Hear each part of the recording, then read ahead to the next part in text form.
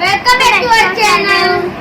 आज हम आपके लिए सीरतुन नबी की एपिसोड 4 लाए हैं।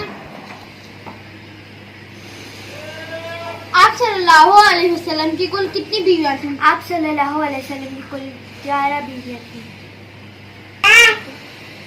आप सल्लल्लाहु अलैहि वसल्लम की पहली बीवी कौन थी?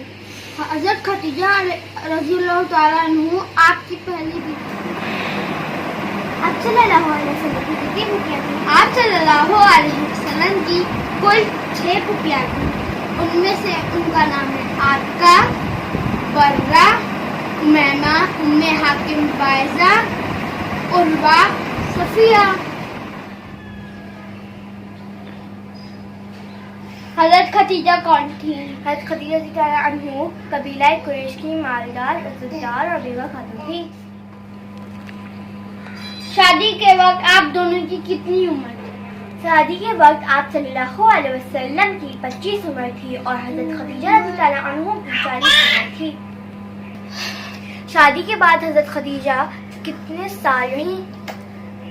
शादी के बाद हज़रत खदीजा 25 साल तक जिंदा रही।